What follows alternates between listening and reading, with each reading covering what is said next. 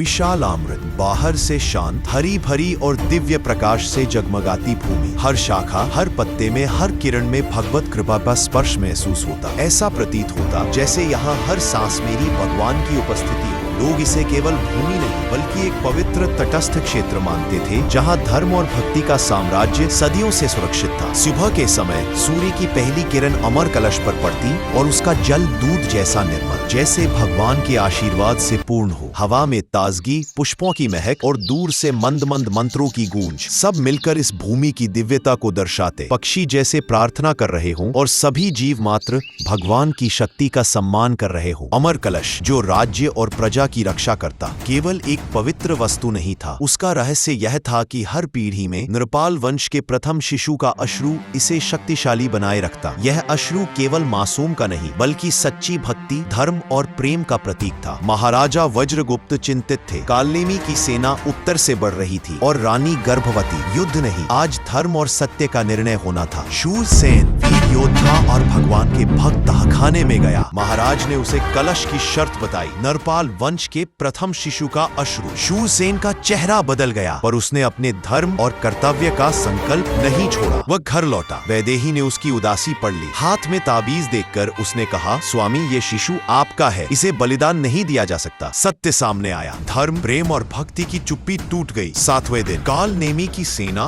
द्वार तोड़ रही थी। शूरसेन युद्ध भूमि नहीं गए। उन्होंने राजमहल की ओर दौड़ते हुए कलश उठाया, उसका विष भरा जल पी लिया। शरीर में दर्द और बलिदान था, पर हृदय में भगवान का अटल विश्वास। वैदेही दौड़ी। उसकी गोद में शूरसेन अंतिम सांसें ले रहा था। उसने कहा, मैंने अपने शिशु के अश्रु नहीं बल्कि अपने पाप को पी लिया। विशाल अमृत बच गया क्योंकि मैंने सत्य और भक्ति का मार्ग चुना। कलश का जल फिर निर्मल हो गया। दिव्यता लौट आई। कालनेमी की सेना डरकर पीछे हट गई। विशाल अमृत अब भी सुरक्षित है। शूरसेन का बलिदान और भक्ति की शक्ति हर पीढ़ी को यह सिखाती है कि सत्य और धर्म की रक्षा के लिए प्रेम और भक्ति का बल।